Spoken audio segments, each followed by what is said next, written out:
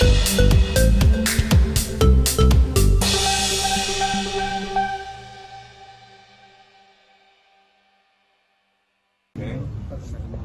Mbak. Sudah ya? Ya. Assalamualaikum warahmatullahi wabarakatuh dan selamat sore. Terima kasih rekan-rekan semua. Saya informasikan bahwa Muhammad Ibrahim alias Baim Wong pada hari Senin telah mendaftarkan gugatannya ke Pengadilan Agama Jakarta Selatan terkait dengan gugatan cerai talak terhadap istrinya yang bernama Paula. Apa yang menjadi persoalan? Ini saya ibaratkan pagar makan tanaman. Itu dia punya judul cerita. Jadi bagaimana, seperti apa kejadiannya, karena ini sesuatu yang cukup pribadi, biar yang bersangkutan yang menjelaskan. Mungkin begitu dari saya sampaikan. Seperti apa sebetulnya? Aduh.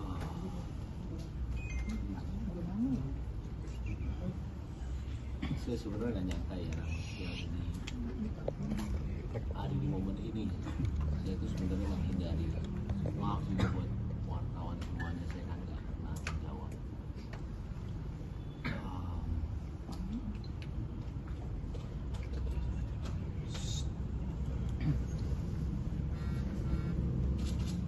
Sebenarnya posisi saya itu sulit.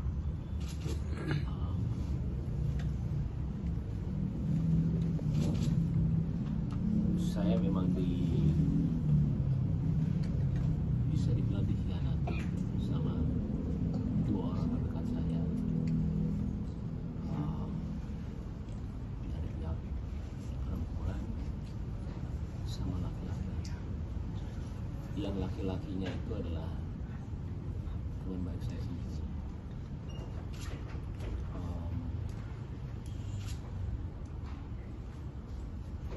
Sebenarnya hari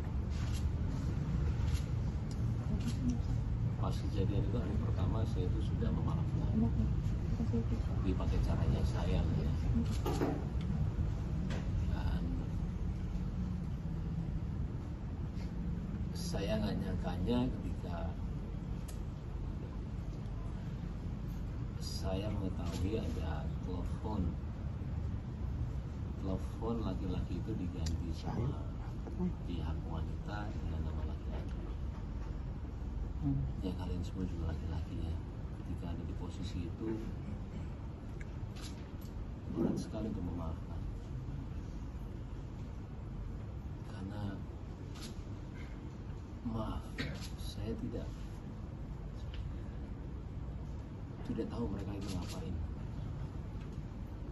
Saya juga tidak mau suzon, cuman dari rantai semua itu, karena ini sudah 1 tahun ketidakjujuran itu ada. Saya sendiri juga kadang-kadang suka nggak percaya, jangankan kalian, saya juga nggak percaya apa yang terjadi sama saya. Karena saya selama ini cuma menahan semuanya selama 1 tahun. Saya kata anak saya,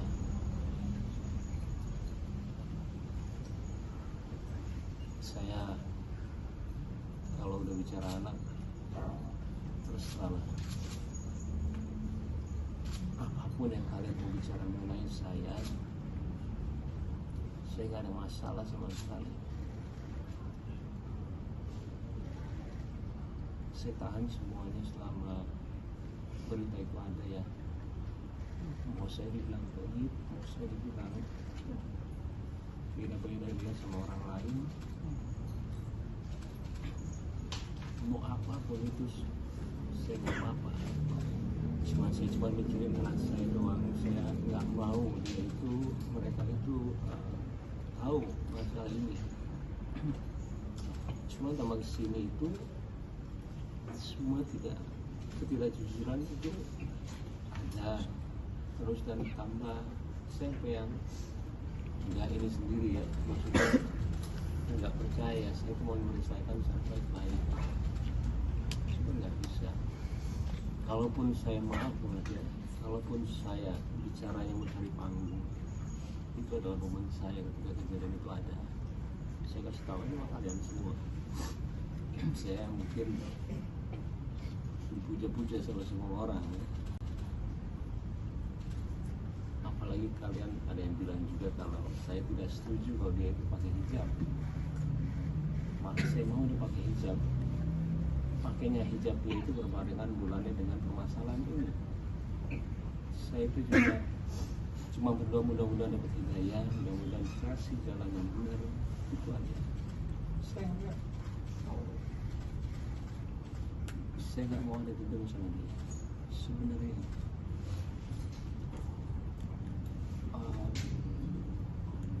Apalagi dibilang, saya jujur selama hidup saya itu baru dibilang pelit sama satu orang, itu istri saya sendiri. Saya juga sampai bingung, saya nggak pernah dibilang pelit sama orang seumur hidup saya. Kalau saya pelit, bagaimana mungkin saya menafkahi keluarga dia? Tanggungannya bagi saya. Adiknya kita berdekat di sini. Adik yang satu lagi juga saya menyiasati untuk buat YouTube tanpa saya mengambil uang sama sekali. Saya nih, bukan saya lebih kayak memberikan orang tuanya pun tiap bulan saya kasih melebihi dengan orang tua saya. Kalau kalian mau tahu semua di sini, itu uang saya itu masuk perusahaan. Tapi uangnya Paula itu punya dia. Saya nggak ambil satu rupiah pun uang dia. Saya digaji dari perusahaan, Paula juga tanpa saya kasih tahu kalian jumlah yang berapa, dan tidak sedikit. Jadi hasil kerja saya itu masuk perusahaan Paula.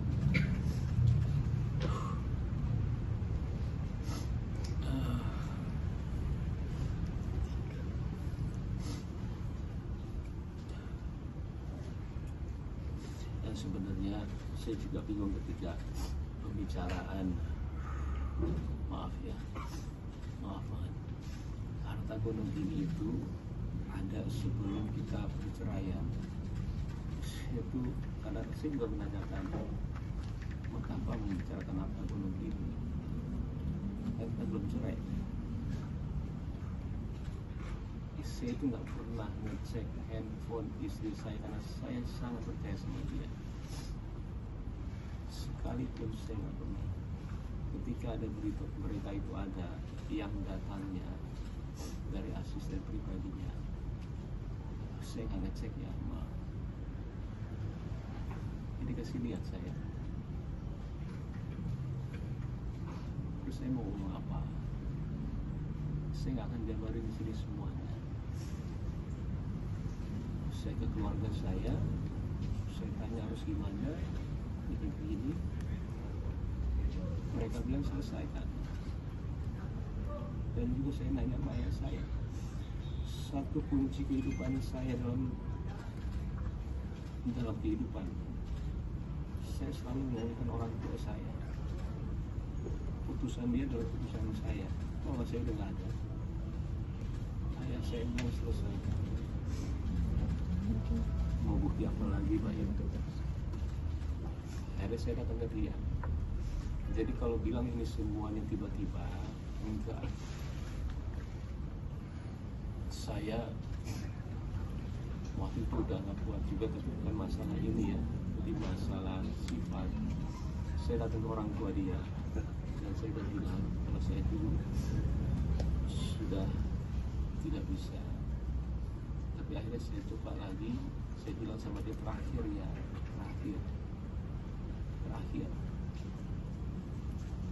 Ya setelah terakhir itu tiba-tiba ya begini. Sekali lagi, mungkin saya tidak akan sering untuk ngobrol gitu sama kalian ke depan. Maaf, saya sengaja sekarang begini supaya clear aja. Saya juga saatnya kali ya, bukan membersihkan nama saya, kayak masalahnya saya nggak tahu ini keputusan yang benar atau enggak. karena kan saya harus bilang kalau memang ada ketidakjujuran itu. Cuma saya minta maaf sama wartawan, saya juga tahu pekerjaan kalian. Jika mau ada pertanyaan, maaf banget, maaf, karena akan kemana-mana lagi nantinya. Saya juga tidak benci dengan semua orang yang sudah bilang sama saya apapun itu, even teman baik saya sendiri, karena cerita dia adalah cerita dia. Tapi cerita saya, insya Allah saya bisa mempertanggungjawabkan semuanya. Dan saya yakin apapun yang terjadi ke depannya, saya sama pengacara saya, ya kita sudah siap apa yang terjadi. Ya, paling itu aja, punten banget, saya nggak akan ada pertanyaan, saya tahu kemana-mana. Sekali lagi maaf buat semua wartawan.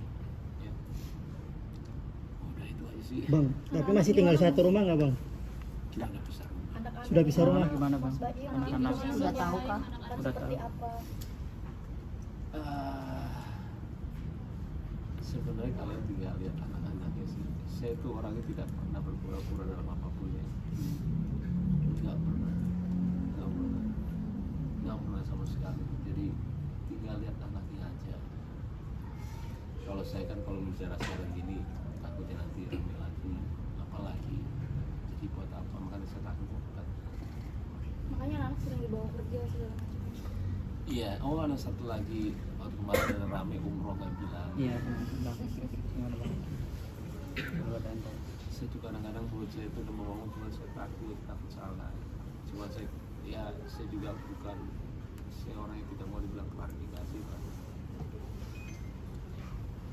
Ada konsepnya yang sebelumnya bilang, maka dari itu gua nggak bilang gua umroh ke laki-laki yang kemarin. Kalau yang kemarinnya buat saya ketika dia bilang aku mau umroh ya, dan itu paling 5 hari atau 7 hari sebelum minta izin itu adalah boleh nggak kalau misalkan aku umroh. Masih saya bilang wah. Dan waktu itu juga saya posisinya itu lagi mau roadshow untuk Lembayung, makanya sekalian lihat saya selalu bawa anak kemana-mana. Untungnya saya itu menikmati setiap detik yang saya sama anak. Cuman berat nggak? Berat lah. Belum lagi omongan orang, mau ngomong apa, mau dikira apa, enggak. Emang tiap saat susah lah. Belum diketawa. Setiap yang dua ini. Setiap saat saya selalu mikirin anak. Jadi buat saya berat atau nggak berat, saya harus ke kota-kota manapun itu bawa anak. Jadi kalau misalkan dibilang izin atau enggak, buat saya itu tidak itu. Waktu kemarin, buat sebelum itu memang ada. Kalau yang kemarin saya bilang, makanya saya bilang nggak tahu. Itu sih. Berarti tetap Mas minta asuh. Harta begininya. Pengacara saya aja. Gimana bang? Tetap Kalau permohonan hak asuh kita udah ajukan, itu merupakan salah satu petitum permohonan yang kita sampaikan di dalam permohonan kami. Alasannya ada 26 item persoalan yang kami sampaikan secara mendetail, dan permohonannya adalah juga terkait dengan hadonah anak yang di bawah umur, dengan persoalan-persoalan yang kita sampaikan. Ini bukan hal yang mudah diambil keputusan, cukup berat, tapi ini yang terbaik dan harus dilakukan di saat sekian tahun harus mengalami penderitaan yang luar biasa. Tidak gampang seseorang laki-laki mengalami keadaan seperti ini. 1 tahun bukan waktu yang cepat, lama sekali dia harus menderita. Tidak sanggup, akhirnya pengadilan diserahkan persoalan ini ke pengadilan, seperti itu. Tapi sikap Paula sendiri di saat digugat cerai sama kamu gimana? Anda tanya ke Paula.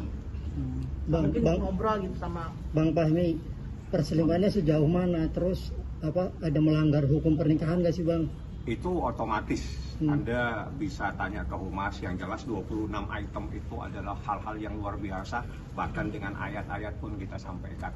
Jadi seorang wanita itu bagaimana perilakunya terhadap seorang istri, terhadap semuanya ada.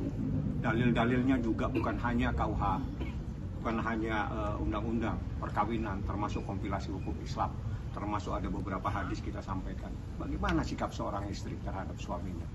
Itu semuanya secara mendetail kita sampaikan.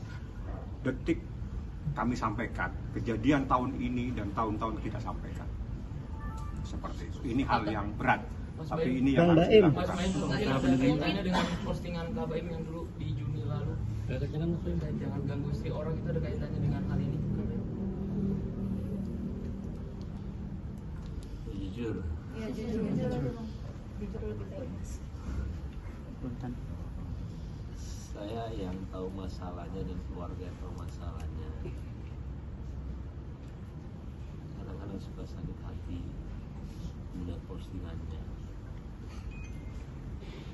Sakit hati itu kok begini ya. Akhirnya kita mungkin ada rasa kayak tapi lama-lama sekali dua kali posting saya takutnya jadi seperti dia. Saya mute semuanya dan saya ya TikTok juga saya. Jadi setelah kejadian itu saya udah gak pernah lihat postingan dia semuanya. Yang buat saya tenang, takutnya saya ada dendam. Kalian tahu kejadian sebenarnya kan? Saya tidak bilang dia apa, cuma dia saya kali aja. Ada permohonan maaf nggak dari Ini, Bang. ada permohonan maaf dari laki-laki ini nggak mas atau Artis sama dari Paula atau juga? Dari Selebgram. artis atau Selebgram. pengusaha atau apa kak? Wah, mungkin lebih jauh.